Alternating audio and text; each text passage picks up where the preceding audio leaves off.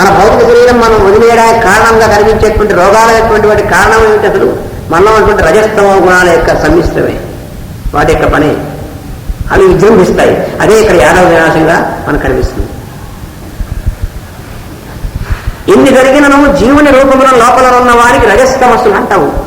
సరే, అదే కృష్ణుడికి అంటలేదంటే అర్థం. అక్కడ ద్వారక వాసే కృష్ణుడు, కానీ ఆయనకి మాత్రం వీళ్ళు ఎదురుకుండా వీళ్ళు కొట్టుకుని వచ్చినప్పటికీ ఆయన మాత్రం నిర్లిప్తుడుగా ఉన్నాడు. అలాగే మనలో కూడా మనలో ఉన్నటువంటి రజస్తమ గుణాలనేటువంటి పొలానికి కొట్టుకుని రోగాలనేటువంటి వచ్చి మనం శరీరం వదిలినప్పటికీ ఆ లోపలటువంటి జీవుడికి మాత్రం ఇవి అంటావు. వాడు మాత్రం వాడికి ఏమి అంటావు అసలు. ఎందుకని ఆయన పరమాత్మ స్వరూపుడు, నేను అనేటువంటి వాడు. అతను శుద్ధసత్వ స్వరూపుడు. సర్వాంతర్యామికిని వానికిని వైభవమున భేదము లేదు. దానినే ఉద్ధవుడు దర్శించను. అందువల్ల సర్వాంతర్యామైనటువంటి వాడే భాగమే, ఆయనేగా మనలో నేను అనేటువంటి వాడు. అందుకని దానికి దీనికి భేదం లేదు. ఈ భేదం లేదనేటువంటిది మనకి చెప్పుకున్నా కూడా అనుభవం లేదు కాబట్టి, మన మనస్సుకి వేరే అనుభవం కాబట్టి భేదం లేదుట అనుకుంటాం, కానీ భేదం లేదు అనే అనుభవం మనకి రాదు. కానీ ఉద్ధవుడికి ఆ అనుభూతి ఇచ్చాడు భగవంతుడు. ఈ లోపల ఉన్నటువంటి నేనుగా ఉన్నటువంటి వాడు, అంతర్యామిగా ఉన్నటువంటి వాడు రెండు ఒకటే అయినటువంటి అనుభూతి ఆయనకి ఇచ్చాడు. ఆ స్థితికి ఆయన వెళ్ళాడు. మనం ఇంకా ఆ స్థితికి వెళ్ళలేము కాబట్టి మనం చదువుకుని ఆహా ఇలా ఉంటుందిట, భేదం లేదుట, మనలో ఉన్నటువంటి వాడు భగవంతుడేట అనుకుంటాం తప్ప ఆ అనుభూతిలో మనం లేవు. ఎందుకంటే మనం ఆ సాధన చేయలేదు. ఇంకా ఏమంటున్నాడంటే ఉద్ధవుడు, కంటి గంటి భవాబ్ధిదాటక కంటి నాశ్రిత రక్షకం గంటి యోగి జనంబుడెందము గంటి చుట్టము గంటి ముక్కంటి కింకనరాని ఒక్కటి గంటి తామర కంటి చేకొంటి ముక్తి విధానముందల కొంటి సౌఖ్యములందగన్. అప్పుడు చూశాడట. ఏమిటి చూశాడు? ఏం చూశాడని చెప్తున్నాడు. సూచితిని సంసార మహాసముద్రము దాటుతో అనగా ఏమో దర్శించితిని. సంసారం అనేటువంటిది ఒక సముద్రం. సముద్రం అంటే అర్థం ఏమిటి? సముద్రం అంటే నేలతో ఉన్నటువంటి ఒక విశేషమైనటువంటిది కాదు. సముద్రం అనేటువంటి పదానికి సముద్రము. ముద్ర అంటే ఇంప్రెషన్. సంసారం అనేటువంటి దాన్ని సముద్రం ఎందుకన్నారంటే, మనం సంసారంలో ఏమవుతున్నాం, ఎందుకు కొట్టుకుపోతున్నాం అంటే ఇంప్రెషన్స్ లో కొట్టుకుపోతున్నాం. అభిప్రాయములు అనేటువంటి అలలతో కూడినటువంటి దాన్ని సముద్రము, దాన్ని సముద్రం అంటారు. సముద్రంలో ఏముంటాయండి? అలలు ఉంటాయి. సముద్రం ఎట్లా ఉంటుందండి? లోతు అంటే తెలియకుండా ఉంటుంది. ఇది కూడా అంతే. మనకు ఉన్నటువంటి అభిప్రాయాలు ఒకటే రెండా, వేలు లక్షలు, వాటి లోతు ఎంతో మనకే తెలియదు. ఆ లోపలికి సముద్రంలోకి వెళ్ళామంటే లోతు తెలియకుండా లోపల మునిగిపోతాం. మనం కూడా ఈ సంసారమైనటువంటి సముద్రంలో మునిగిపోయాం. ఎందుకని? అభిప్రాయాల రూపంలో. దీని నుంచి మునిగిపోకుండా మనని కాపాడేటువంటి నావ ఎవరు? అంతర్యామి ఒకటే. అందువల్ల ఇది చూశాట. సంసారం అనేటువంటి మహాసముద్రాన్ని దాటడం అంటే ఎట్లాగో దర్శించాట. అది ఉద్ధవుడు కలిగినటువంటి అనుభూతి. ఆశ్రయించిన వారిని అతను రక్షించడం ఎట్లో గమనించితిని. యోగుల హృదయమున అతను ఎట్లుండెనో గ్రహించితిని. అందరికీ చుట్టమనగానెవరో తెలుసుకుంటుని. 3 కన్నులు గలవానికి కూడా అంతుపట్టని ఒంటరిగా ఎవరో తెలుసుకుంటుని. ముక్తికి మార్గము చక్కగా దర్శించి సుఖం అనుభవించితిని. అంటే ఏమిటంటే, సంసార సాగరము దాటుట అనగా జరుగుతున్న సంఘటనల నడుమ నుండి వానిలో మునుగక దర్శింపగలుగుటయే గాని వానిని విడిచిపోవటకు యత్నించుట కాదు. ఇది అసలు మొట్టమొదటి కృష్ణుడు మనకు నేర్పినటువంటి యోగం అంటే అదే. అసలు చాలా మంది ఏమనుకుంటారంటే సంసారం మహాసాగరం, అందుకని సంసారాన్ని విడిచి పారిపోవాలి. ఎక్కడికి పారిపోతాడు? సంసారం అనగానేమి?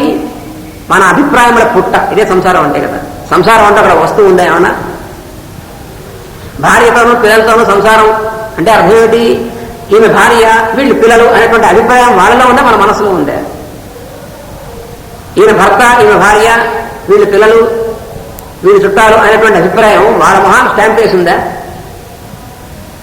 ఆవిడలో ఎట్లా ఉంటుంది, ఆయన ఎట్లా ఉంటుంది? ఈయన భర్త అని ఆయన పుడుతూనే భర్తగా పుడతాడు ఆయన, అదే ఆమె పుడుతూ భార్యగా పుడుతుంది. సహజ కవచకుండలాగా ఆయన పుట్టని. పుట్టినప్పుడు ఆవిడ ఏమిటి? ఆవిడ పిల్ల, వాళ్ళ తల్లిదండ్రుల యొక్క పిల్ల అంతే. ఆవిడ ఒక జీవి అంతే, అసలు పుట్టినటువంటి జీవి. అంతేగాని ఆవిడ భార్య అంతే ఏమైనా ఉంది ఆమెలో? లేకపోతే ఈమె భార్య అన్నాం, ఆవిడని ఎక్స్రే తీసి ఈసీజీ చేసి లేకపోతే ఆమె టెస్ట్ చేశారు, అందులో ఎక్కడ ఏ టెస్ట్ దొరుకుతుందా? భార్య అనేటువంటి వస్తువు దొరుకుతుందా? కనుక భార్య అనేటువంటిది ఎక్కడుంది? మన మనసులో ఉన్నటువంటి అభిప్రాయ రూపంలో ఉంది. భర్త అనేటువంటిది ఎక్కడుంది? మన మనసులో అభిప్రాయ రూపంలో ఉంది. అందుకని సంసారం ఎక్కడ ఉంటుంది? వ్యక్తుల్లో ఉండదు, మన మనసులో ఉంటుంది. కాబట్టి సంసారం బంధిస్తుంది కాబట్టి పారిపోదాం. ఎక్కడికి పారిపోదాం? నీ మనసు నుంచి నువ్వు పారిపోగలవా? కుక్క నా తోక నుంచి దూరంగా పారిపోగలదా? అలాగే మన మనసు నుంచి మనం పారిపోగలమా? అభిప్రాయాలు మన మనసులో ఉంది, సంసారం మన మనసులో ఉంది. వ్యక్తుల్ని విడిచి పారిపోతే సంసారం నుంచి పారిపోయినటువంటి వాడు ఎట్టా అవుతారు? అది కృష్ణుడు చెప్పింది. సో సంసారం నుంచి పారిపోయినటువంటి వాడు సంసారం నుంచి బయటపడ్డాను. అసలు ఈ మనస్సుని ఎలా మారిస్తే సంసారం ఉండదు అనేటువంటి ఆ మనస్సుని రిజాల్వ్ చేయాలి. కానీ మనసు లేకుండా చేయి. అప్పుడు మనసు లేకుండా చేయడం అంటే మనస్సుని లోపలికి నేనైనటువంటి దానిలోకి లాక్కోవడం చేస్తే అప్పుడు మనస్సులో నువ్వు ఉండవు, అప్పుడు సంసారం ఉండదు. నువ్వు అందరి మధ్యలో ఉంటావు కానీ సంసారం నీకు ఉండదు. అది యోగమైనటువంటి భగవంతుడు మనకి ఇచ్చింది. అందుకని సంసారం నుంచి పారిపోయినటువంటి వాడు సంసారాన్ని దాటలేడు అని అర్థం. అని ఇక్కడ చెప్తుంది.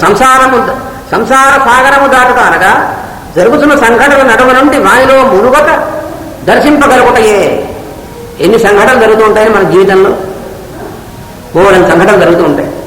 భార్యాభర్తల మధ్య జరుగుతూ ఉంటాయి, తల్లిదండ్రుల పిల్లల మధ్య జరుగుతూ ఉంటాయి, స్నేహితుల మధ్య జరుగుతూ ఉంటాయి. ఎన్ని సంఘటనలు ఉంటాయి. ఈ సంఘటనలన్నింటినీ మనం జీవితం పిలుస్తున్నాం. మనం దేని జీవితం అని పిలుస్తున్నాం అంటే ఈ సంఘటన యొక్క ఒక కట్టల జీవితం పిలుస్తున్నాం. మనం ఈ సంఘటన చూసి భయపడి అమ్మో ఇవన్నిటిని మనం ఎక్కడ భరించగలం? ఎక్కడ పారిపోగలవు? తప్పించుకోగలవా? ఎందుకంటే ఈ సంఘటన అనేటువంటి వాటిని ఎలా ఉన్నాయి సంఘటనలు? నీ మనస్సులో అభిప్రాయం రూపంలో ఉన్నటువంటి దగ్గర సంఘటనలు అంటేనా? నీ మనస్సులో ఉన్నటువంటి అభిప్రాయాల రూపంలో ఉన్నటువంటి వాటి నుంచి నువ్వే పారిపోతావు. నీ నీడ నుంచి నువ్వు తప్పించుకోగలవా? తప్పించుకోలేం కదా. నీడతో మనం ఎలా ప్రవర్తించాలండి అని అంటే 2 రకాలుగా ప్రవర్తించవచ్చు. నీడతో నీడ మనం వెన్నాడుతోంది అని భయపడి పారిపోతే నీడని తప్పించుకోలేదు. ఆ నీడకే తిరిగి మనం నుంచుంటే నీడ మనకంటే పెద్దగా మనం భయపడుతుంది. చూడండి, మనం నుంచున్నాం, ఆ వెలుగు మన నుంచి పడుతోంది, మన నీడ పడుతోంది. ఆ నీడ వైపు తిరిగి నుంచున్నాం, ఒక నీడ మనకంటే మనం ఎంతుంటే నీడ అంతుంటుంది, మనం భయపెట్టేట్టుగా. మరి ఏం చేయాలండి అన్నారు. ఏం చేయాలంటే నీడను మనం పట్టించుకోకుండా మనం ముందు నడుస్తూ ఉంటే అప్పుడు నీడ మన వెనక నడుస్తూ ఉంటుంది. చూసారా? ఇది మనం చేయవలసింది. ఎన్నో సంఘటనలు వస్తాయి జీవితంలో. ఈ సంఘటనల కేసు చూసి భయపడ్డామా? మనం భయపడతాయి. ఎందుకంటే మన నీడలేవి మన మనసులోనే ఉన్నాయి, మన అభిప్రాయం మనం భయపెట్టేవి. అందుకని వాటి కేసు చూడకుండా మనం ఏం చేయాలి, మనం చేయవలసిన పని ఏమిటని ఆచరిస్తూ మనం ముందు వెళితే మన వెనకాల కుక్కలా వస్తాయన్నాడు, నీడలా. అందుకని మనం భయపడాల్సినటువంటి పనే లేదన్నాడు. ఇది మనం చేయవలసినటువంటిది. అందువల్ల ఇక్కడ చెప్పినటువంటిది కూడా అదే. అందుకని ఏం చెప్పాడంటే వానిలో మునుగట దర్శింపగలుగుటయే, వానిని విడిచిపోవటం యత్నించుట కాదు అని కృష్ణుని అవతారం వల్ల ఉద్ధవుడు గ్రహించాను. అందువల్ల నేను దర్శించాను, నేను చూశాను సంసారం అనేటువంటి దాన్ని, మహాసముద్రం దాటడం అంటే చూశాను. ఏమిటి చూడడం అంటే? దర్శించాడు. ఏమని దర్శించాడంటే ఇది కృష్ణుని యొక్క జీవితంలో తెలిసినటువంటిది. ఆయన యొక్క చుట్టాలు, బంధువులు, కొడుకులు, మనవాళ్ళందరూ కూడా ఎదురు చనిపోతారు. సంఘటన, ఆ సంఘటన చూస్తున్నాడు. కానీ తాను వాటిలో ఇన్వాల్వ్ కాలేదు. ఎందువలన? మనం నేర్చుకోవాల్సింది కూడా అది. మనం వాళ్ళ ఎందు మనం చేయవలసింది ఏమిటి? మన ఆచరణం. వాళ్ళ రూపంలో ఉన్నటువంటి భగవంతుడికి మనం ఏం చేయాలి అంతవరకే తప్ప వాళ్ళ గురించినటువంటి అభిప్రాయాలు మాత్రం లేకుండా ఉంటాయి. అప్పుడు మన సంసారం మనకు ఉండదు. అంటే భార్య ఎందు, పిల్లల ఎందు, వాళ్ళ ఎందు మనం మన యొక్క బాధ్యత ఏమిటి? మన చుట్టాల ఎందు, మన స్నేహితుల ఎందు, అంటే మన దగ్గరికి వచ్చేటువంటి వాళ్ళ ఎందు మన కర్తవ్యం ఏమిటి? ఆ రూపంలో ఎవరున్నారు? ఆ రూపంలో ఉన్నటువంటి పరమాత్మే. ఆయనే భార్య వేషం వేసుకొస్తాడు, ఆయన తమ్ముడు వేషం వేసుకొస్తాడు, ఆయన తండ్రి వేషం వస్తాడు. అన్ని వేషాలు ఆయనే వేసేది. మన వేషం కూడా ఆయనే వేసుకున్నాడు. అంతా ఒకటే. అందువల్ల మనం ఆ రూపంలో ఉన్నటువంటి వారి యందు మనం చేయవలసినటువంటిది మన కర్తవ్యం ఏమిటి? అది తప్ప అంతకు మించి మన మనసులో వారిని గురించినటువంటి అభిప్రాయాలు అటువంటిది అక్కడ మనం సాధన చేయవలసినటువంటిది. అప్పుడు మన సంసారాన్ని తరించడం అంటే అది తప్ప ఇంకో మార్గమే లేదన్నారు. అది ఉద్ధవుడు దర్శించింది. ఆశ్రయించిన వారిని కాపాడుట అనగా వారికి సమస్త సంపదలు ఇచ్చుట కాదు. ఇది కూడా స్పష్టంగా చెప్పాడు. మన ఆశ్రయించినటువంటి వాళ్ళు ఉంటారు, వాళ్ళు కాపాడటం అంటే వాళ్ళు అడిగినటువంటివన్నీ ఇవ్వడం కాదు. మన పిల్లలు ఉంటారనుకోండి, మన పిల్లలు మనం జాగ్రత్తగా కాపాడాలి. అంటే అర్థం ఏంటి? వాళ్ళు ఎవరైతే ఇవ్వాలిగా వాడు బ్లేడ్కి నాన్న అని అడుగుతాడు, ఇస్తావా? అది వాడిని కాపాడడం అవుతుందే వాడిని? అంటే వాడు ఏది ఇస్తే వాడికి మంచిదో అది ఇవ్వడం వాడిని కాపాడటం, కానీ ఆశ్రితులైనటువంటి వాడికి వాడు అడిగి ఇవ్వడం కాదు వాడిని రక్షించడం అంటే. అది ఇక్కడ చెప్పినటువంటిది. అందువలన ఆశ్రయించిన వారిని కాపాడుట అనగా వారికి సమస్త సంపదను ఇచ్చుట కాదు. అందుకనే ద్వారకలో ఉన్నటువంటి వాడికి తన సమస్త సంపదను ఇవ్వలేదు. యాదవులకు సమస్త సంపదను ఇచ్చాడు కానీ ఏమైంది? వాడు కృష్ణుని ఆశ్రయించారా? వాళ్ళు ఆశ్రయించలేదు. అందువలన యాదవులకు సమస్త సంపదలను ఇచ్చాను కదా, యాదవులు కృష్ణుని ఆశ్రయింపలేదు. అంటే మన సంపదలు ఇచ్చినంత మాత్రం మనం ఆశ్రయించేటువంటి వాళ్ళు అవుతారా వాళ్ళు? అందుకని మన పిల్లల్ని కూడా మనం ఏం చేయాలి అంటే, పిల్లలకి ఏది హితమో చేయాలి, కానీ పిల్లలకి ఏది ఇష్టమో అది కాదు మనం చేయవలసింది. అలా చేస్తే మనం ధృతరాష్ట్రం అవుతాం, గుర్తుపెట్టుకోవడం.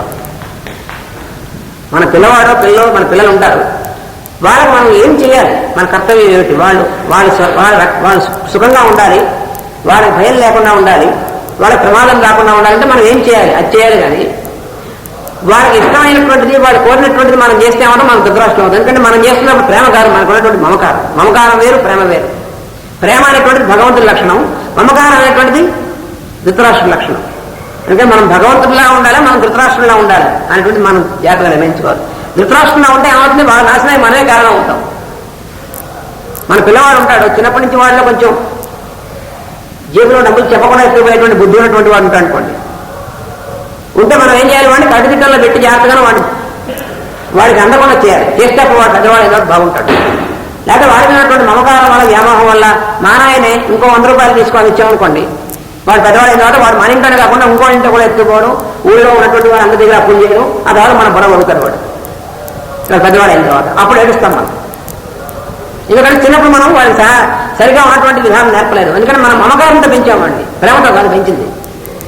అయ్యో వీడు నా ముద్దుల కొడుకు, వాడిని ఇద్దరు మొదలు పెడతారు తర్వాత. అందుకని నువ్వే కారణం. వాడికి నువ్వు ఇవ్వాల్సినటువంటి ఆహారం ఇవ్వాలి, దాంట్లో లోపం చేయకూడదు. వాడికి ఇవ్వాల్సినటువంటి విద్య ఇవ్వాలి, వాడు ఎలా అనేది నడుచుకోవాలనేటువంటి ట్రైనింగ్ ఇవ్వాలి, శిక్షణ ఇవ్వాలి. అంతేగాని వాడు పాడవడానికి కారణమైనటువంటిది ఇంకా ఇచ్చామనుకో, వాడు పెద్దవాడైనా లోకదండకుడు కూడా అవుతాడు. మనకే కాదు, మిగిలినటువంటి వాడికి కూడా ఇబ్బంది వాడుతూ. దానికి కారణం ఎవరు? మనమే. అది ధృతరాష్ట్రుడు అంటే. అందువల్ల వాడు మనం ఏం చేయాలనేటువంటి స్పష్టంగా ఇక్కడ కృష్ణుడు ఆధారముగా తాము సాధింపదలిచిన ఆదర్శములకై ఉపయోగించుకున్నట్టుగా యత్నించారు. యాదవులు ఏం చేశారట? కృష్ణుని ఆధారంగా చేసుకుని తాము ఏ సాధించుకోవాలో దానికోసం ఉపయోగించుకున్నారు కృష్ణుని. అతడు వారికి కావాల్సిన సమస్త సంపదలను ఇచ్చాను, అవి వారు రక్షింపలేకపోయినవి. అయితే వాడు అడిగారు, కృష్ణుని ఏమడిగారు వాళ్ళు? మాకు సంపదలు ఏమన్నారు? సరే ఇచ్చాను చూసుకోమని. వాడు రక్షించుకోగలిగారు, వాళ్ళు రక్షించుకోలేదు. నిజముగా కృష్ణునికి ఆశ్రితులు పాండవులు. కృష్ణుడికి నిజంగా ఆశ్రితమైనటువంటి వాళ్ళు పాండవులు. కృష్ణుడికి సమర్పణ చెందినటువంటి వాళ్ళు గోపికల్లో ఉన్నటువంటి వాళ్ళు. వారికి శాశ్వతమైన స్థిరమైన రక్షణ మార్గం లభించను. శత్రువులపై విజయము, రాజ్య సంపద, ధర్మ పరిపాలనము, మోక్షము లభించినవి. పాండవుల కన్నా శ్రీకృష్ణునికి ఎక్కువ ఆశ్రితులు వారిని ప్రేమించిన వ్రజగోపికలు. వీళ్ళు మరీ ఎక్కువ. వీళ్ళు అసలు ఏ ప్రయోజనమో అసలు కోరడం ఏమిటి మనసులో కూడా ఊహించలేదు. కృష్ణుడిని కేవలం ప్రేమించారు, కృష్ణుడిని ప్రేమగా చూశారు. కారణం ఏమిటి? కారణం ఉంటే ప్రేమ కాదు, అసలు అక్కడ రహస్యం ఉంది. మనకు పిల్లల మీద ప్రేమ ఉందనుకుంటాం, కానీ మనకి ఎక్కువ పాళ్ళు మనకుంది ప్రేమ కాదు, వ్యామోహం. ఎందువల్ల? ప్రేమ అంటే ఏమిటి? పిల్లలు అందరి మీద ఒకే రకంగా ఉంటుంది. వీళ్ళు మన పిల్లలు కాబట్టి అన్నటువంటి ప్రేమ అవదు, వ్యామోహం అవుతుంది. మన పిల్లవాడు మిగతా పిల్లవాడు కూడా కూర్చున్నాను అనుకోండి, అక్కడ వీడు మా పిల్లవాడు కాబట్టి కాస్త ముందుగా అన్నం పెట్టి, మన పిల్లవాడు కాబట్టి వీడికి ఆకలి ఎక్కువ ఉంది, వాడికి కావాల్సినటువంటి పెట్టి మిగతాను పట్టించుకోవాలి. అప్పుడు ఏమవుతుంది? ఇది మన పిల్లవాడిని ప్రేమ అనుకుంటాం, పిల్లవాడిని ప్రేమ కాదు, వ్యామోహమే. దానివల్ల ఏమవుతారు? మన పిల్లవాడు చెడిపోతారు స్పష్టంగాను, దాంట్లో సందేహం ఏమీ లేదు. ఇది ఎప్పటికీ జరుగుతున్నటువంటిదే, మళ్ళీ ఇంకోసారి అటక జరుగుతుంది కానీ దాన్ని వేరుగా జరగదు. మన పిల్లవాడిని మిగతా పిల్లవాళ్ళ కంటే ప్రత్యేకంగా చూసామా, మన పిల్లవాడు కష్టపట్టిపోతాడు, ఎందుకు పనికిరాడు, ఆ తర్వాత ఏడుస్తాం మనం. కాబట్టి మన పిల్లవాడు చెడిపోకుండా బాగుండాలన్నప్పటికీ ఏం చేయాలి మనం? మన పిల్లవాడిని మిగతా పిల్లవాడిని ఒకే రకంగా చూడగలిగితే మాత్రమే వాడు బాగుంటాడు. కాబట్టి మన పిల్లవాడు బాగుండాలనుకున్నప్పటికీ ఇలాగ చెప్పం ఇంకో రకంగా చేయడానికి లేదు. ఇది సృష్టి ధర్మం, అది మనం ఏం చేయలేము. కాబట్టి వ్యామోహంతో పిల్లలు పెంచారా, వాళ్ళ నాశనానికి మనమే కారణం అవుతాం. వ్యామోహం కాకుండా ప్రేమ అంటారా? ప్రేమ అందరి యందు ఒకటిగా ఉంటుంది, ప్రేమ అవుతుంది, కానీ లేకపోతే వ్యామోహం అవుతుంది. పెద్ద చిక్కు ఇదేనండి. అందరి యందు, మన పిల్లలే కాకుండా అందరి పిల్లల యందు అదే రకంగా ఉంటే అది ప్రేమ అవుతుంది. అప్పుడు మన పిల్లవాడు కూడా బాగుంటాడు. కాకుండా మన పిల్లవాడు కాబట్టి ప్రత్యేకంగా అనిపిస్తే వ్యామోహం అవుతుంది, మన పిల్లవాడు చెడిపోతాడు. ఇది ఎక్కడ లింక్ అండి సృష్టిలో? చూడండి, కావాలంటే ఎక్స్పెరిమెంట్ చేయండి, 100 జన్మలు 1000 జన్మలు ఎక్స్పెరిమెంట్ చేయండి. ఇది తప్ప అసలు ఇంకోటి లేనే లేదు. అసలు ఎన్నిసార్లు ఎక్స్పెరిమెంట్ చేసినా ఇదే ప్రూవ్ అవుతుంది. అందువల్ల మన పిల్లవాడు అనేటువంటి తీసేసి మనసులో వీడు కూడా పిల్లవాడు, వాడు పిల్లవాడు, వీళ్ళందరూ పిల్లలు. ఈ అందరి రూపంలో ఉన్నటువంటి భగవానుడు అసలు రహస్యం అది. గోపికలు చూసినటువంటి ఏ దృష్టి చూశారంటే వాళ్ళ పిల్లల్ని చూశారు, ఆ పిల్లల్లో కృష్ణుని చూశారు వాళ్ళు. అందుకని వాళ్ళ పిల్లలకి ఎట్టి ప్రమాదం జరగలేదు. కృష్ణుడు అందుకు వాళ్ళు రక్షించాడు. అంత కారణం అది. వాళ్ళు కృష్ణుడిని, వాళ్ళ పిల్లల్ని కూడా కృష్ణుడిగా చూశారు, కృష్ణుడిని కూడా వాళ్ళ పిల్లలుగా చూశారు. కృష్ణుడికి వాళ్ళ పిల్లలకి భేదం లేదు వాళ్ళకి, అది వాళ్ళ దృష్టి. అలాగే వాళ్ళ భర్తల్ని చూసినా అలాగే చూశారు, వాళ్ళ యొక్క చుట్టాలను చూసినా, అసలు ఎవరిని చూసినా అసలు ఇంకో దృష్టే లేదు. అటువంటి అత్యున్నతమైనటువంటి శిబిరం ఉన్నటువంటి వాళ్ళు గోపికలంటే. అందువల్ల వాళ్ళు భగవంతుడిని ప్రేమించారంటే అర్థం ఏంటి? ప్రేమ అంటే సమస్త జీవుల్లో ఉన్నటువంటి ఒకే రకమైనటువంటి స్థితి పొందారు వాళ్ళు. అందువల్ల వాళ్ళు భగవంతుడికి అతి సన్నిహితమైనటువంటి వాళ్ళు అయ్యారు. పాండవుల కంటే మించినటువంటి వాళ్ళు గోపికలు. అందువల్ల పాండవుల కన్నా శ్రీకృష్ణుడికి ఎక్కువ ఆశ్రితులు, వారిని ప్రేమించిన బ్రజగోపికలు. వారు అన్యమెరుగరు, అది అసలు రహస్యం, సూత్రం అది. వారికి అసలు ఇంకోటంటూ లేదు అసలు వాళ్ళ జీవితం. వారికి తన నిరంతర సాన్నిధ్యమును ప్రసాదించను. పాండవులకేమో రాజ్యాన్ని ఇచ్చాడు, సంపదనిచ్చాడు, మోక్షాన్ని ఇచ్చాడు, సుఖాన్ని ఇచ్చాడు, ఇవన్నీ ఇచ్చాడు. కానీ ఈయన యొక్క నిరంతరమైనటువంటి సాన్నిధ్యం ఉండాలంటే పాండవులు కూడా సాధన చేయాల్సి వచ్చింది, ప్రత్యేకంగా వచ్చినట్టు ఇంత పాండవులు కూడా. కానీ గోపికలకి అసలు వాళ్ళ సాధన అంటూ ఏది లేదు. అసలు వాళ్ళ గోపికలు ప్రత్యేకంగా చేసిన సాధన చేయవలసినటువంటి పని లేదు వాళ్ళకి. తనందరూ తానుగా వాడికి తన యొక్క నిరంతర సాన్నిధ్యం ఇచ్చాడు వాళ్ళకి. అంటే అర్థం ఏమిటి? వాళ్ళకి అసలు నిత్య జీవితంలో అనుక్షణము ఈయన యొక్క సాన్నిధ్యం తప్ప అసలు ఇంకోటి వేరే లేనటువంటి స్థితి వాళ్ళకి. అదేమిటండి కారణం? ఏమిటంటే వాళ్ళకి అసలు కావాల్సిందంటూ లేదు. వాళ్ళు మోక్షాన్ని కూడా అడగలేవాడు. పాండవులు మోక్షం కావాలని అనుకున్నారు, కానీ గోపికలకు అసలు మోక్షం అంటే ఏమిటో అభిప్రాయం లేదు. వాళ్ళకి ఏ అభిప్రాయం లేదు. ఆయన అసలు అభిప్రాయం పూర్తిగా లేనటువంటి వాళ్ళు. మోక్షం ఎంత అభిప్రాయం ఉన్నా కూడా బంధకమే. ఎందుకంటే మోక్షం కావాలని కోరతాంగా మనం. అసలు వీళ్ళకి మోక్షము లేదు, ఏమీ లేదు, అసలు ఒక అభిప్రాయం లేదు, మనస్సు అంటూ లేదు. ఎందుకంటే వాళ్ళ మనస్సే ఆయన, వాళ్ళ ప్రాణమే ఆయన, సమస్తం ఆయన తప్ప అసలు గొడవ లేదు. అది అన్యం లేనటువంటిదంటే. అందుకని ఏం జాగ్రత్తగా ఉన్నాడు వాళ్ళ దగ్గర. ఎందుకంటే వాళ్ళకి ఏమైనా తేడా వస్తే ఈయనకి ప్రమాదం. ఎందుకంటే వాళ్ళకేం భయం లేదు. వాళ్ళ దెబ్బతగిలింది ఏమేమి వాళ్ళు పట్టించుకోరు. ఎందుకంటే దెబ్బతగిలింది అది కూడా ఆయన సంకల్పమే. అప్పుడు వాళ్ళ దెబ్బతగిలిన ఏం చూసుకోవాలి? వాళ్ళకి ఏమైనా బాగా వచ్చినా అసలు వాళ్ళకి బాగా వేరే అనుభూతి లేనటువంటి వాళ్ళు. అందుకని ఈయన జాగ్రత్త పడుతుంది. ప్రతి క్షణం ఏం చూసుకోవాలి వాళ్ళని. ఈ మిగతా వాళ్ళకి కావాల్సిన వాళ్ళకి ఇచ్చేస్తే వాళ్ళ కాళ్ళతో కొట్టుకుంటుంటారు. అందుకని యాదవులు నాకు సంపదలు కావాలి, ఇచ్చేశాడు. దాంతో వాళ్ళు కొట్టుకు వచ్చారు. ఇంకేం బాధ్యత లేదు. అది భగవంతుడి యొక్క లక్షణం. చాలా మనకు అర్థం కాదు, పట్టారు అంతుపట్టదు. భగవంతుడు కానీ గురువు కానీ వాళ్ళ యొక్క లక్షణం ఏమిటంటే, నాకు ఇది కావాలి, ఇంక తీసుకో, ఆ తర్వాత మనం దాంతో కొట్టుకుంటాం. కొన్ని జన్మలు అయిపోతుంది మనకి, ఇంకా ఆయన జోలికి పోం మనం. చూసారా, ఒక్కొక్కడు ఉంటాడు, కొంతమంది వ్యక్తులు కూడా చూశాం. వాడు గురువు గారిని పట్టుకుని, మాస్టర్ గారికి చూసాం, మా తాతగారికి చూసాం, అందరికీ చూసాం, గురువు గారిని పట్టుకుని అసలు మీరు తప్ప ఇంకేం లేదంటే అలా ఉండేవాడు అనమాట. వాడి చివరికి వాడు ఏం కోరాడంటే, నాకు మంచి భార్య, మంచి అమ్మాయి దొరికేట్టుగా సరే తథాస్తు అన్నారు.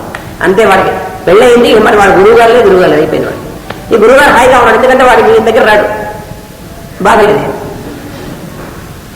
ఇంకోటి అడిగాడు, అయ్యా నాకు ప్రమోషన్ వచ్చాడు చూడండి, తథాస్తు ప్రమోషన్ వచ్చింది. ఇక తర్వాత గురువు గారు వాడి తర్వాత లేదండి, ఇంకా అందరితో అయిపోయింది. మనం ఏమైనా కోరేమనుకోండి గురువుని, అందరితో అయిపోయింది, మన కోరిని ఇచ్చేశారు, ఇక మనకి ఫినిష్. ఇక మనకి గురువు గారికి బాధరేషన్ ఉండదు, మనతో భగవంతుడికి మనతో ఏ ఇబ్బంది ఉండదు.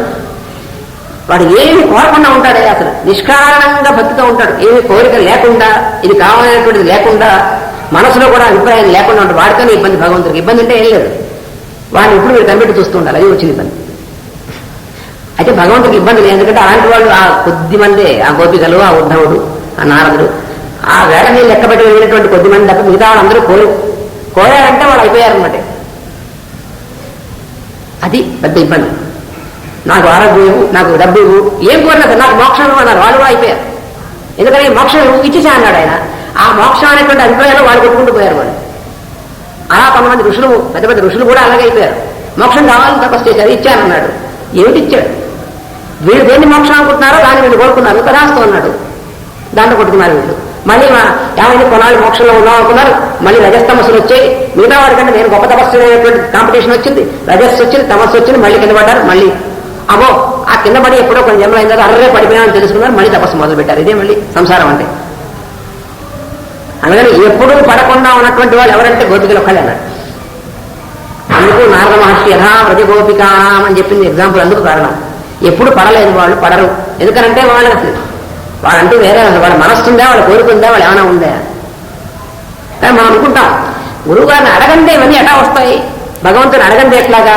మనకి ఎన్ని సమస్యలు, పిల్లకి పెళ్లి కాలేని సమస్య, పెళ్ళైన తర్వాత పిల్లకి పిల్లలు పుట్టలేని సమస్య, పుట్టాడు వాడు పెద్దవాళ్ళు, అంతుందా మన సమస్యలకి. ఇవన్నీ భగవంతుని అడగాలి, అడుగుతూ ఉంటాం. అడిగినని ఇచ్చాడనుకోండి ఆయన, ఏమవుతాం మనం అడిగినటువంటి వాటిలో కొన్ని ఇస్తేనే ఇలా కొడుకొస్తున్నాం. మనం అడిగినవన్నీ ఇస్తే మనం ఉండేవాళ్ళమా అని. అందుకనే భగవంతుని ఏమని ప్రార్థన చేయాలనేటువంటిది చాలా మహానుభావుడైనటువంటి ఆయన సింపుల్ గా 2 వాక్యాలు చెప్పాడు. ఆయన అలా ప్రార్థన చేసేవాడు. ఆయన ఎవరు? రవీంద్రనాథ్ ఠాగూర్. ఆయన అంటాడు ఏమనంటే, lord I am grateful to you for what you have given to me అన్నాడు. నాకు నువ్వు ఏవైతే నాకు ఇచ్చావో వాటికి నేను చాలా కృతజ్ఞుడి అన్నాడు. దీంట్లో పెద్ద విశేషం ఏముందండి? ఎందుకంటే భగవంతుడు మనకి ఇవన్నీ ఇచ్చాడు కాబట్టి కృతజ్ఞమే. మనకు ఇల్లు ఇచ్చాడు, మనకి డబ్బులు ఇచ్చాడు, మనకి సంపదలు ఇచ్చాడు, నగలు ఇచ్చాడు, ఇవన్నీ ఇచ్చాడు మనం ఆయన. ఇది కాదు, 2వ వాక్యం కూడా అయ్యాక అప్పుడు చెప్పండి. 2వ వాక్యం ఏమన్నాడంటే, I am more grateful to you for what you have not given to me అన్నాడు. నేను కోరినటువంటి వాటిలో అన్ని నువ్వు ఇవ్వకుండా కొన్ని ఇవ్వకుండా ఉన్నావే, ఆ ఇవ్వకుండా ఉన్నందుకు మరీ కృతజ్ఞుడిని అన్నాడు. ఇది భగవంతుడు మనకు చేయవలసిన ప్రార్థన. ఎందుకంటే మనం ఏమడుగుతాం ఏమడగలం మనకు తెలిసిన, మనం ఏమడుగుతాం, వాడి నాశనం అయిపోవాలి, వీడు బాగుండకుండా ఉండాలి, ఇదే మనం అడిగేది. వాడి శత్రువు, వాడికంటే ముందు నాకు ప్రమోషన్ రావాలి. మనం కోరేవన్నీ ఇదే కదండి, ఇట్లాంటిది కదా. మనం కోరినవన్నీ ఆయన ఇస్తే ఏమవుతుంది, మళ్ళా వాడు మాత్రం కోరడా? వాడు నా శత్రువు అన్నాం కదా, ఎవరైతే మనం శత్రువు అంటున్నామో వాడు నాశనం అవ్వాలి మనం కోరుతున్నాం భగవంతుని, వాడు కూడా మన నాశనం అవ్వాలని కోరతాడు. మరి మనం కోరినవి ఇచ్చినప్పుడు వాడు కోరినవి ఇస్తాడు, వాడు పోతాడు మనం పోతాం. అందుకని మనం కోరినవన్నీ భగవంతుడు ఇస్తాడా? ఇస్తే మనం ఉండేవాళ్ళమా? ఇస్తే వాడు చీకటి కోసుకున్నాం ఉడుకు ఎక్కువసుకుని చేస్తారు కదా. అలాగే మనం కోరిన వాడు అడుగుతాడు, అదే ఇమ్మంటాడు, వాడు ఆ చేపతో ఆడుకుంటాడు, ఇమ్మంటాడు, ఏడుస్తాడు, ఇస్తామా మనం. అలాగే మనం చచ్చి గీ పెట్టినా మనం అడిగిన ఇవ్వడు భగవంతుడు. ఇస్తే మనం నాశనం చేసుకుంటాం, మనం నాశనం అయిపోతాం మనం. అందుకని మన మీద అపారమైనటువంటి కరుణతో భగవంతుడు మనం అడిగినవి ఇవ్వకుండా కొంతవరకు మనం అడిగిన కొన్ని ఇస్తాడు. అక్కడికి మనం ఊరుకుంటాం. మనం తీవ్రమైన వ్రతాలు చేస్తాం, ఉపవాసాలు చేస్తాం, చావపడతాం, రసీదులు తీస్తాం భగవంతుడికి. నేను ఇంత తీవ్రమైనటువంటి కఠోరమైనటువంటి ఉపవాస వ్రతం చేశాను కాబట్టి నేను అడిగింది నువ్వు ఇవి తీరాల్సిందే అని ఏం చేస్తాం బాబు, ఇస్తాడు. ఇస్తే ఏమవుతాం, మనం నాశనం అవుతాం. ఇలాంటివి ఎన్ని జరుగుతుంటే మనం ఎన్ని అడుగుతూ ఉంటాం.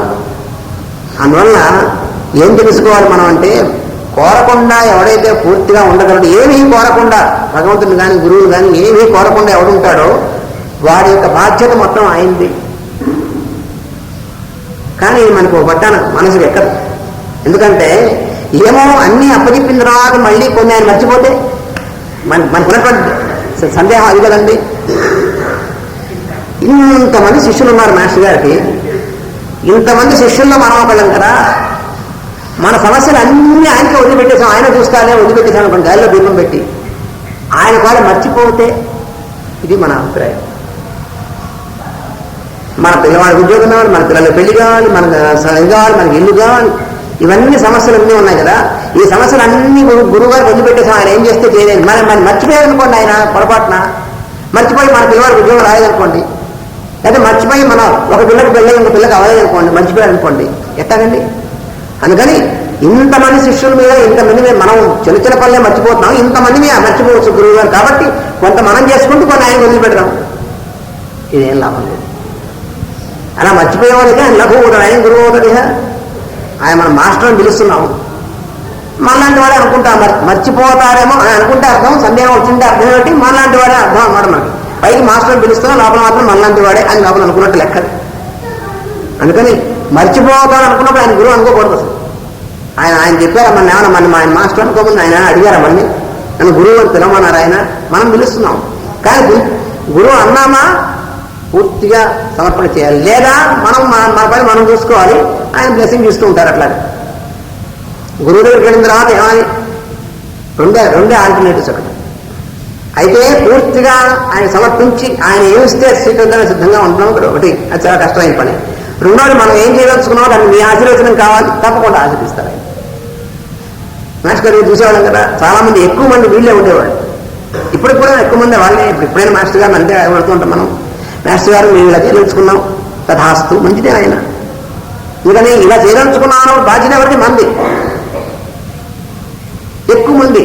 కాబట్టి ఆయన మాస్టర్ గారు మాకు చెప్పారు, నాకు అసలు ఇబ్బంది లేదురా, నా పని చాలా హాయి అన్నారు. ఎందుకనన్నా అంటే ఎక్కువ మంది వాళ్ళ సంగతి వాళ్ళే చూసుకుంటారు, నాకు పెద్ద ఎవరు అప్పచెప్పరు. ఎవరో చాలా కొద్ది మంది పూర్తిగా అప్పచెప్తారు, వాళ్ళ సంగతి చూసుకుంటారు. వాళ్ళ వేళ మీద లెక్క పెట్టే వాళ్ళు ఉంటారు. అందుకని నాకేం పర్వాలేదు అన్నారు. ఎక్కువ మంది ఇలాంటి వాళ్ళు ఉంటే నాకు ఇబ్బంది, ఎందుకంటే వాళ్ళందరి సంగతి చూసుకోవాలి నేను. కానీ ఎక్కువ మంది ఎలాగో ఉంటారు కాబట్టి పర్వాలేదు. ఎందుకంటే ఎక్కువ మంది మనం ఏం చేయాలి, మాస్టర్ గారు ఉన్నారు, మాస్టర్ గారు మనం చూస్తున్నారు, మనకేం భయం లేదు. అయినప్పటికీ మనం ఈ భయం మనం చేసుకోవాలి, మంచిదే. మన సొంత వ్యవహారం మనదే. అయితే దీంట్లో ఇంకోటి కూడా ఉంది. మన సొంత వ్యవహారం మనం ఎందుకు పెట్టుకుంటామంటే మనకిష్టమైనటువంటి విధంగా చెప్తారో చెప్పరో అనేటువంటిది ఒకటి ఉంది కదా. మళ్ళీ అదో కాంప్లెక్స్ ఉంది కదండి. తీరా మనం ఆయన అడిగామనుకోండి, ఆయన చెప్పింది మనం ఆచరించకపోతే ఆయన కోపం వస్తే, అంటే ఇదంతా ఎందుకు ముందు ఇదంతా లేకుండా ఉండాలంటే మన ఇష్టమైనటువంటిగా మనం చేద్దాం అనుకునేటువంటిది ఆయన యొక్క ఆశీస్సులు ఉంటే చాలు, మంచిదే, వెళ్ళిపోతూ ఉంటుంది. ఎందుకంటే మనకు నచ్చినట్టుగా చెప్తారో చెప్పడో తీరా చేస్తే ఆయన అడిగితే, మనం వ్యాపారం చేద్దాం అనుకున్నాం, ఆయన అడిగా అనుకోండి చేయొచ్చా చేయకూడదు వద్దనా అనుకోండి, తీరా మనం చేద్దాం అనుకున్నంతా పోయే కదా. అందుకని అందుకు అనుకుంటా ఈ వ్యాపారం నేను చేసుకుంటాను, మీ ఆశీర్వచనం కావాలి అని లౌకికంగా అడుగుతాం గురువుని. ఓ తప్పకుండా ఆయన అంటాడు. ఆయన ఆశీర్వచనమే కదా, ఎప్పుడు రెడీ అంటాడు ఆయన. బాబా గారు కానీ మాస్టర్ గారు కానీ ఏ గురువు ఏ రూపంలో, ఎందుకంటే గురువు అంటే ఇంతమంది లేదా, ఒకడే ఉంది, భగవంతుడు ఆ రూపంలో ఉంది, గురువు రూపంలో. సర్వశక్తిమంతుడు గురువు అని మనకు తెలియదు, మనకు అనుభవం లేదు. అనుకుంటాం మనం, ఆవేశం వచ్చినప్పుడు మాత్రం గురువు సర్వశక్తిమంతుడు, కానీ మనకి ఆవేశం పాలపొంగు లాంటిది. మనకి ఆ గురువు గారు చూసినప్పుడు, ఆ ఫోటోను చూసినప్పుడు, ఆ శరీరం చూసినప్పుడు, ఆకారం చూసినప్పుడు మనకేం పర్వాలేదు, పెద్ద భక్తి ఆవేశం అంటారు దీన్ని. నిజానికి ఆవేశానికి భక్తికిను ఏనుక్కి పీలికి ఉన్నంత తేడా ఉంది. భక్తికి ఆవేశానికి బొత్తిగా సంబంధం లేదు అసలు. ఆవేశం వేరు, భక్తి వేరు. భక్తితో ఆవేశం, భక్తి ఆవేశం ఉండదు. భక్తి అనేటువంటిది ప్రేమ, దానికి ఆవేశానికి అతీతమైనటువంటిది. Emotion is totally different from devotion. ఆవేశం అంటే ఇమోషన్, భక్తి అంటే devotion. So always much emotion is misunderstood as devotion by so called devotees. ఎప్పుడు జరిగేటువంటి అదే భక్తులు, నిజంగా భక్తి కలిగినటువంటి భక్తులకి ఇంకోటికంటే నేను ఏమాత్రం భక్తులనే అభిప్రాయం ఉండదు. ఈ ఆవేశం భక్తి అనుకునేటువంటి వాళ్ళకే మిగతా వాళ్ళకి ఎప్పుడు చూసుకుంటూ ఉంటారు, వాడికంటే నేను ఎక్కువ భక్తుల్ని, వాడికంటే ఎక్కువ భక్తి అంటే ఇది ఆవేశం తప్ప భక్తి కాదు. భక్తికి ఎక్కువ తక్కువ ఉంటుందండి. భక్తి అంటే ప్రేమ, ప్రేమ అంటే వెలుగు అంటే సూర్యరశ్మి లాంటిది. సూర్యరశ్మికి ఎక్కువ తక్కువ ఉంటుంది, అది ఎక్కువ సూర్యరశ్మి తక్కువ సూర్యరశ్మి ఉండదు మనకి అటువైపు నుంచి. అందువల్ల ప్రేమ అనేటువంటి దాన్ని ఎక్కువ తక్కువలు ఉండవు. ఎక్కువ తక్కువలు అనేటువంటి ఉన్నాయంటే ఆవేశం తప్ప ప్రేమ కాదు అర్థం. యోగుల హృదయమున ధ్యానమందు శ్రీకృష్ణుడు ఏ రూపమును నిలిచి ఉండునో ఆ రూపమును ఇప్పుడు ఉద్ధవుడు దర్శించను. నిజమైన చుట్టమనగా తాను కోరకయే తనకు కావలసిన అన్నీ ఏర్పరచువాడు. అది భగవంతుడు అంటే. మానవుని అల్పబుద్ధికి కోరదగినవి, కోరదగనివి, కోరవలయనవి అని తెలియనివి కూడా ఉన్నవి. మనం వాటి డిఫరెన్షియేట్ చేసుకున్నాం. మనకేంటంటే కోరదగినవి కొన్ని, కోరదగనివి కొన్ని. అందువల్ల కోరదగినవి కొన్ని, కోరదగనివి కొన్ని, కోరవలయనని తెలియనివి. అరే ఇవి కోరచున్నాను తెలియలేదే అని తర్వాత అనుకుంటాం కొన్ని. అది ఇలా 3 రకాల కేటగిరీస్ మన మనసులో. అది నిజానికి అది ఉన్నాయా? వానిని విడదీసి కావలసిన వారిని మాత్రము ఇచ్చేవాడు నిజమైన చుట్టము. ఉద్ధవుని జీవితంలో కృష్ణుడు అట్టివాడు. కృష్ణుడు భగవంతుడు, చుట్టము, సఖుడు అన్నీ ఆయనే ఉద్ధవుడికి. అందుకని ఉద్ధవుడికి ఇవన్నీ విడదీసి ఇందులో ఏమి ఇవ్వాలో అది మాత్రమే ఇచ్చాడు ఆయన. అయితే మనకు కూడా ఆయన దేన్ని ఇచ్చాడో దాన్ని స్వీకరించడం, అదే మనకి ఇష్టమైనటువంటిదిగా మన అభ్యాసం మనం చేయాలి. మనం చేయవలసినటువంటి అభ్యాసం ఏంటంటే భగవంతుడు మనకి ఏదైతే ఇచ్చాడో దాని అందే మనం ఇష్టం అనేటువంటిది కల్పించుకుంటే అప్పుడు మనకి దుఃఖం రాదు. అసలు రహస్యం అది జీవితంలో. పక్కన ఒక పెద్ద భవనం ఉంది, ఆ భవనం ఉన్నటువంటి ఆయన ఉన్నాడు, మనకేమో చిన్న గుడిసె ఉంది, మనకు అంతకంటే తర్వాత లేదనుకోండి. కానీ భగవంతుడు మనకి ఇచ్చినటువంటిది ఈ గుడిసె కాబట్టి దీన్నే మనం చక్కటి భవనంగా భావించి ఆనందంగా ఉండగలిగాం అనుకోండి, అప్పుడు మనకి దుఃఖమే లేదు అసలు. వాడు పక్కనటువంటి వాడు రోజు విందు భోజనం చేసేటువంటి వాడు ఉన్నాడు, మనకి రోజు ఏదో పచ్చడి మెతుకులు తినేటువంటి అవకాశం తప్ప అంతకంటే లేదనుకోండి. కానీ ఈ పచ్చడి అన్ననే భగవంతుడు మనకి ఇచ్చినటువంటి పంచభక్ష ప్రమాణం, ఆయన యొక్క స్మరణతో తీసుకునేటువంటి అభ్యాసం మనం చేసామనుకోండి, మనకు దుఃఖం ఎందుకు వస్తుంది అసలు? అందువల్ల భగవంతుడు మనకి ఏది ఇచ్చాడో దాన్నే మనం మనకి ఇష్టమైనటువంటిదిగా భావించేటువంటి సాధన మనం చేస్తే వాడు ఉద్ధవుడు లాంటి వాడు అవుతాడు. ఉద్ధవుని జీవితంలో కృష్ణుడు వాడు. 3 కన్నుల వాడకు శివుడు ప్రళయమునకు అధిపతి. సృష్టి స్థితిలో ఉన్నప్పుడు కదా ప్రళయము. కనుక త్రిమూర్తుల అస్తిత్వము సృష్టి స్థితి లయములపై ఆధారపడి ఉండును. త్రిమూర్తులలో ఒకరు లేనప్పుడు మిగిలిన ఇద్దరు ఉండటకు వీలు లేదు. వారికి అతీతమైన నారాయణుడు ఒక్కడే కనుక వాని తత్వం 3 కన్నుల వానికి కూడా అందుపట్టదు. ఇతర 3 కన్నులు అనగా సృష్టి స్థితి లయము అనే చమత్కృతి. సృష్టి స్థితి లయం అనేటువంటి వాటి ఒకటి లేకపోతే రెండేది లేదు. ఒక వస్తువు తయారైతే కదా, అయితే ఒక జీవి పుట్టాక కదా ఆ జీవి ఉండడం పోవడం అనేటువంటిది. అలాగే ఒక వస్తువు తయారు చేసిన తర్వాత ఆ వస్తువు కొన్నాళ్ళు ఉండడం, తర్వాత పాడైపోవడం అనేటువంటిది. అసలు తయారు కాకముందు అక్కడ మట్టి ఉంది, కుండ తయారు చేశాం, కుండగా తయారైన తర్వాత కొంతకాలం కుండగా ఉండడం, తర్వాత విరిగిపోవడం, మట్టి అయిపోవడం ఉంటుంది. కానీ మట్టి మట్టిగానే ఉందనుకోండి, కుండగా తయారు కాలేదనుకోండి, ఏదానికి సృష్టి ఏమిటి, స్థితి ఏమిటి, లయం ఏమిటి? అటువంటిది నారాయణ స్వరూపం అంటే. వారి యందు ఉండి వారిని దాటిన నారాయణ స్థితిలో జీవించుట మోక్ష మార్గము.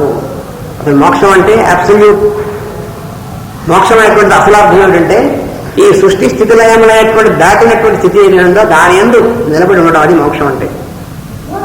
So the absolute state of liberation, the real state of liberation is to reach that state which is above the stages of being created and being destroyed.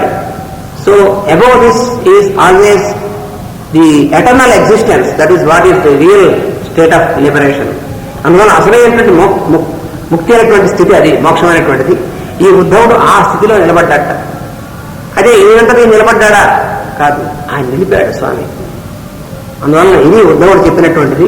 తర్వాత మైత్రేయుడు కూడా వస్తాడు కృష్ణుడు దగ్గరికి ఉద్ధవుడు ఉన్నప్పుడు.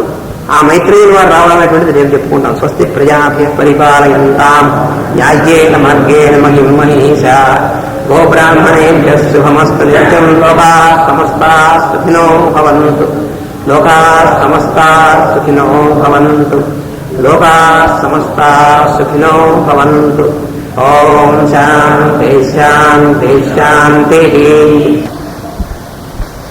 శ్రీమద్భాగవతీ గాథా రహస్యార్థ ప్రకాశకం సంశయోన్మూలనచనం కృష్ణం వందే జగద్గురుం.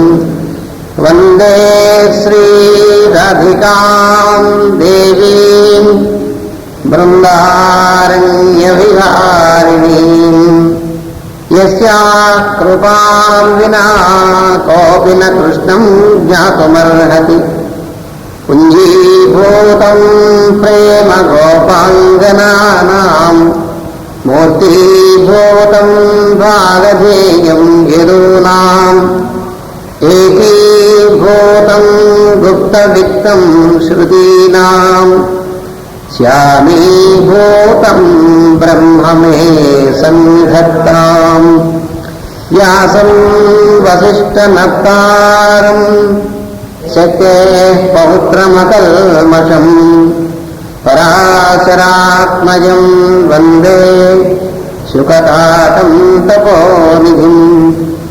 వ్యాసాయ విష్ణురూపాయ వ్యాసరూపాయ విష్ణవే నమో వై బ్రహ్మనిధయే వాసిష్ఠాయ నమో నమః. ఓం అస్మద్గురుభ్యో నమః.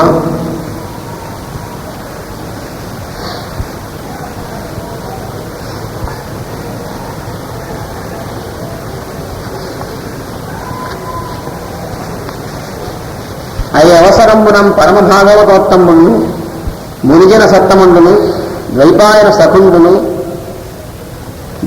పరమ తపోధనందును అఖశూన్యుండును అఖిల జన మాన్యుండును బుధజన విజయుండును ఒక మైత్రేయుండు తీర్థాచరణము చేయించు జనిజని. ఈ ఉద్ధవుడు ఇంకా చెప్తున్నాడు కృష్ణుని విజయం సమయంలో ఏం జరిగిందనేటువంటి సన్నివేశాన్ని విజయుడికి వివరిస్తున్నాడు. ఈ విధంగా ఉద్ధవుడు కృష్ణుడితో ఉండి ఆ కృష్ణుడి యొక్క దివ్యమైనటువంటి తేజోమయమైనటువంటి రూపాన్ని చెట్టుదేవరుగా చూస్తున్నప్పుడు అక్కడికి మైత్రేయుల వారు కూడా వచ్చాడు. ఆ సమయమున మునిజనుల్లో ఉత్తముడు మైత్రేయుడు. ఆయన మునుల్లో చాలా ఉత్తముడైనటువంటి వాడు. తర్వాత ఇప్పుడు శ్రీకృష్ణుడు శరీరం వదిలేసిన తర్వాత మైత్రేయుని యొక్క సూక్ష్మ శరీరం ద్వారా కృష్ణ పరమాత్మ ఇప్పుడు భూమి మీద పనిచేస్తున్నారు. అది మనకి భాగవతంలో కూడా వస్తుంది. తర్వాత మాస్టర్ గారు ఇచ్చినటువంటి కృష్ణనామ సప్తకంలో స్పష్టంగా ఇచ్చారు. ఇంకా వేరే పురాణాల్లో కూడా ఉన్నటువంటిదంతా కూడా మనకి ఇచ్చారు. కృష్ణుడు చిట్ట చివరికి శరీరం వదిలేని మైత్రేయుల వారు చెప్తాడు ఏమంటే నీ యొక్క సూక్ష్మ శరీరాన్ని నా యొక్క వాహికగా తీసుకుంటున్నాను, నీ ద్వారా నేను కలియుగాంతం వరకు పనిచేస్తూ ఉంటాను అని చెప్పి మైత్రేయుల వారికి చెప్పాడు. అందువల్ల మైత్రేయ మహర్షిని ఆ విధంగా తన యొక్క ప్రణాళికకి ముఖ్యుడైనటువంటి వాడుగా ఇప్పుడు భూమి మీద ఉన్నటువంటి ఆధ్యాత్మికమైనటువంటి పరిణామానికి అందరికీ కూడా మూలపురుషుడైనటువంటి వాడే మైత్రేయ మహర్షి. పరమ భాగవతుడు వేదవ్యాసుని సఖుడు. ఈ మైత్రేయ మహర్షి వేదవ్యాసుని యొక్క సహాధ్యాయి కూడా. వేదవ్యాసుని తండ్రి అయినటువంటి పరాశర మహర్షికి శిష్యుడైన. పరాశర మహర్షి దగ్గర చాలామంది శిష్యులు ఉండేవాళ్ళు. వాళ్ళందరూ కూడా మహానుభావులు, తర్వాత పెద్ద పెద్ద ఋషులైనటువంటి వాళ్ళు. ఆ పరాశర మహర్షి యొక్క శిష్యుల్లో ఒక ఆయన వేదవ్యాసుడు. ఆయన కొడుకు శిష్యుడు కూడా వేదవ్యాసుడు పరాశర మహర్షి. తర్వాత ఈ మైత్రేయుడు ఆయన ఒక శిష్యుడు. అలాగే సాందీపని మహర్షి కూడా పరాశర మహర్షి శిష్యుడే. కృష్ణుడి గురువు అయినటువంటి సాందీపని కూడా పరాశర మహర్షి యొక్క శిష్యుడు ఆయన. అలాగే చాలామంది ఉంటే వీళ్ళతో పాటు ఇంకొక భ్రష్టుడైనటువంటి వాడు కూడా ఆయన శిష్యుడుగా ఉన్నాడు. అతనే ఆయన పేరుకి బృహస్పతి కానీ ఆయన ఈ చార్వాకాశ్రమం మొదలైనటువంటి వాటిలో చేసి కృష్ణుని యొక్క ప్రణాళికకు వ్యతిరేకంగా పనిచేసి నశించిపోయినటువంటి వాడు బృహస్పతి. ఆ బృహస్పతి కూడా ఈ పరాశర మహర్షి శిష్యుడే. ముందు పరాశర మహర్షి దగ్గర వేదాంగం అన్ని నేర్చుకుని ఆ తర్వాత మళ్ళీ చెడిపోయినవాడు. ఇలా వీళ్ళందరూ కూడా మనకి ఈ కృష్ణ నవలా పుస్తకాల్లో వీళ్ళందరూ వస్తారు. వేదవ్యాసుని సఖుడు, పుణ్యాత్ముడు. తర్వాత ఇంకొకరున్నాడు, ఇంకో మహానుభావుడు పరాశర మహర్షి శిష్యుల్లో. ఆయనే అక్రూరుడు. అక్రూరుడు కూడా పరాశర మహర్షి శిష్యుడే. పరాశర మహర్షి దగ్గర అని నేర్చుకోవడం, చక్రాంకితాలు అవ్వడం కూడా చేశాడు. అయితే ఈ అక్రూరుడు కూడా కొన్నాళ్ళ పాటు చిట్టచివరి దాకా కృష్ణుణ్ణి విష్ణు యొక్క అవతారం ఒప్పుకోవడానికి ఇష్టపడలేదు అక్రూరుడు. చివరికి ఒప్పుకుని ఆయన శరణు పొందాడు అక్రూరుడు కూడా. అందుకని అక్రూర వరద అంటారు కృష్ణుణ్ణి. పుణ్యాత్ముడు, మహాతపస్సు చేసినవాడు ఒక మైత్రేయ మహర్షి అతడికి వచ్చాను. అతన్ని పెద్దలందరూ పూజ్యభావంతో చూతురు. అతను ఎప్పుడు జ్ఞానం ఎందు విధేయుడై వర్తించును.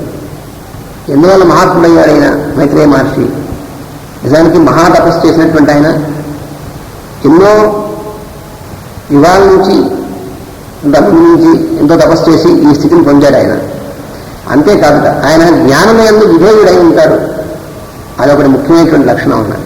అంటే నేను మహాతపస్సుని మహర్షిని అనేటువంటి భావం కాకుండా జ్ఞానమైనటువంటి వాళ్ళు ఎవరైనా సరే వారి ఎందు విధేయుడై ఈయన ఉంటాడట. ఎక్కడ జ్ఞానమైనటువంటి వాళ్ళు ఉండి, జ్ఞానం అంటే భగవతత్వాన్ని, అంతర్యామి తత్వాన్ని దర్శనం చేసినటువంటి వాళ్ళు, వాళ్ళ దగ్గర విధేయుడుగా ఉంటాడట ఇంత మహర్షి కూడా. అందువల్ల నేను మహాత్ముడు, భాగవతోత్తముడు అన్న కారణం కూడా. అటువంటి మైత్రేయ మహర్షి ఈ కృష్ణుడు ఉద్ధవుడు ఉన్నటువంటి చోటు ఆయన కూడా వచ్చాడు. కనియన్ దాపస పొంగవుండఖిల లోక్య అఖిల లోకఖ్యాత వర్ధిష్ణు శోభన భాస్వత్ పరిపూర్ణ యౌవన కళాభ్రా విష్ణు యోగేంద్ర హృద్వన జాతైక చరిష్ణు కౌస్తుభముఖోజ్జుభూష అలంకరిష్ణు నిలింపాహిత జిష్ణు విష్ణు ప్రభ విష్ణు కృష్ణు రోచిష్ణుని. ఆ వచ్చినటువంటి మైత్రేయ మహర్షి వచ్చి శ్రీకృష్ణుని దివ్యమూర్తిని తాను కూడా దర్శించాను. ఆ కృష్ణుడు చిట్టచివరి శరీరం వదిలేసే ముందు వీళ్ళకి వచ్చినటువంటి దర్శనం ఒక అద్భుతమైనటువంటి దర్శనం. అది 120 సంవత్సరాల వయసు వచ్చినటువంటి ఆ శరీరం కాకుండా అంతకుముందు కాసేపు ముందు కనిపించింది ఆ శరీరమే. కానీ ఇప్పుడు కనిపించింది ఒక యువకుడైనటువంటి కురవాడుగా ఉండి మహా తేజస్సు ఆయన నుంచి వెలుగులు బయటకు వస్తున్నటువంటి కురవాడుగా దర్శనమిచ్చాడు ఈ మైత్రేయుల వారికి, ఉద్ధవుడికి. అప్పుడు కనిపించిన శ్రీకృష్ణుడు మనకి సమస్త లోకాత్మకుడు, సంపూర్ణ యవ్వన కళ్ళతో రాజులుచున్నవాడు, యోగీంద్రుల హృదయ పద్మమునందు చెరించు మూర్తియునై ఆయన గోచరించాను. వక్షస్థలమున కౌస్తుభమణి మొదలగు ఆభరణములతో కూడిన దివ్య రూపము దర్శనమిచ్చాను. అంటే సాక్షాత్తు శ్రీ మహావిష్ణువు యొక్క రూపంలోనే అక్కడ దర్శనమిచ్చాడు వీళ్ళిద్దరికీ కూడా. తదనంతరంబ హరిదన హృదయాబ్జమునందు ముకులితే క్షణముల సమ్మదమున చూచుచు ఆనత వదనుండైయుండె ముదము వరగ అనగా. మైత్రేయుడు తన సమక్షమున నిలిచేసరికి కృష్ణుడు కన్నులు మూసుకొని అంతర్దృష్టితో తన హృదయ పద్మమును దర్శించుచు శిరస్సు వంచి ఆసీనుడై ఉండెను. మైత్రేయ మహర్షి తన దగ్గరికి వచ్చి నిల్చున్నాడు. వస్తే కృష్ణుడు కన్నులు మూసుకున్నట్ట. అంటే అర్థం ఏమిటి? మైత్రేయ మహర్షి వచ్చేప్పటికీ ఆయన చూసి కృష్ణుడు కన్ను మూసుకున్నాడంటే అర్థం, కన్ను మూసుకుని ఏం చేశాడు? అంతర్దృష్టిలో తన హృదయ పద్మాన్ని దర్శించట. అంటే అర్థం ఏమిటి? దాని భావం ఏంటంటే, నాయన నా యొక్క హృదయంలో నువ్వు ఉన్నావు అని మైత్రేయుల వారికి తెలియజేశారనమాట. అందువల్ల మైత్రేయుల వారి యొక్క స్థితి ఎటువంటిదంటే, కృష్ణ పరమాత్మ తన యొక్క హృదయంలో ఏమి దర్శించాడు అంటే అర్థం ఆయనలో భాగమే, ఆయనలో అంశే అనేటువంటిది. అంత దగ్గర లేపించి ఉన్న మైత్రేయుడు వినుచునుండ దరహాస చంద్రికా సుందర వదనార విందుండును ఆనంద సుధా నిష్యంద కళిందత హృదయుండును భక్తానురక్త దయాసక్త విలోకనుండును అగు పుటరీకాక్షుండు నన్ను నిరీక్షించి తని ఆనతిచ్చే. పూర్వభవంబున వసుబ్రహ్మరు చేయు సత్రయాగంబున వసువై భవదీయ హృదయంబున ఇతర పదార్థంబును గోరక మరీయ పాదార వింద సేవం గాంక్షించిది గావున తన్నిమిత్తంబున నేను నీ హృదయంబున వసించి సమస్తంబును కనుసుందును. నా ఆత్మారాముండనైన నన్ను ఎవ్వరైని సదసద్వివేకులై ఎరుంగం చాలరు వాళ్లకు నేను అగోచరుండై ఉండుదు. మత్పరిగ్రహంబు గల నీకు నీ జన్మంబు కాని పునర్భవంబు వందకుండుటకు భవదీయ పూర్వజన్మ కృత సుకృత విశేష కథంబున ఈ ఆశ్రమంబున మత్పాదార వింద సందర్శనంబు కలిగెను. అదీనుగాక పద్మకల్పంబునందు మన్నాభీపద్మము మధ్య నిషన్నైన పద్మసంభవనకు జన్మ మరణాది సంస్కృతిని వర్తకంబును అవిత నవిరత అవస్వర సౌఖ్య ప్రవర్తకంబును ఒక మహత్తత్వము తెలియజేయి ఆ దివ్యజ్ఞానము నీకు మెరింగింతునని ఆ మహనీయ తేజోనిధి ఆనతిచ్చిన సుధా సమాన సరసాలాపంబులు కర్ణకలాపంబులై మనస్తాపంబులంబాపిన రోమాంచకంచుకిత శరీరుండను ఆనంద బాష్ప ధారాసిక్త కపోలుండను పరితోష సాగర అంతర్నిమగ్న మానసుండను అయి అంజలి పుటంబు నిటల తటంబున ఘటించి ఇట్లంటి. అక్కడ ధ్యానంనందున్న కృష్ణుడు తన సమీపంలో నిలిచిన మైత్రేయుని గమనించి వెన్నెలను కురిసినట్లు మందహాసము చేయించు ఆనందముతో నిండిన హృదయపద్మము గలవాడై భక్తులపై ప్రసరించు దయామయమైన దృష్టులను మా యందు ప్రసరింపజేశాను. మైత్రేయుడు నిలుచుండగా నాతో ఇట్టని ఆనతిచ్చాను. అంటే ఉద్ధవుడితో అన్నట్టు, ఉద్ధవ నీవు పూర్వజన్మమున వసురూపుడవై బ్రహ్మతో గూడి సత్రయాగం చేసితివి. ఆ యాగమున నీవు నీ హృదయమున ఇతరము ఏమీ కోరక నా పాదసేవను మాత్రము కోరితివి. కనుక నేను నీ హృదయమున వసించి సమస్తమును చూచుతున్నటకు నిర్ణయించింది. ఆత్మలయందు విహరించుచుండునట్టు నన్నెవరూ గ్రహింపలేదు. మంచి చెడ్డలను విడమర్చుకొని చూచు మార్గమున పోవు సజ్జనులకు కూడా నేను అగోచరున్నై ఉండుతును. ఇక్కడ వసువులు అనేటువంటి వాళ్ళు ఎవరంటే ఈ వాసము అంటే నివాసము, ఈ జీవులకు నివాసమైనటువంటి ఈ లోకాన్ని ఏర్పరిచినటువంటి దేవతల్ని వసువులు అంటారు. వాళ్ళు 8 మంది. వసువులు 8 మంది బ్రహ్మ సృష్టిలో కావలసిన ద్రవ్యములను సాధించువారు. అందుకని బ్రహ్మ యొక్క సృష్టిలో ద్రవ్యం అంటే మ్యాటర్, ఈ మ్యాటర్ అనేటువంటి దాన్ని సాధించి తీసుకొచ్చి తయారు చేసేటువంటి దానికి మూల పురుషులైనటువంటి దేవతలే ఈ వసువులు అనేటువంటి వాళ్ళు. అందు మొదటి వసువుగా పూర్వజన్మమున ఉద్ధవుడు బ్రహ్మ దగ్గర పనిచేసెను. అనగా బ్రహ్మ సృష్టి ఆరంభమగునప్పుడు వసువు పుట్టెను. అతని సంస్కారంతో ఉద్ధవుడు పుట్టెను.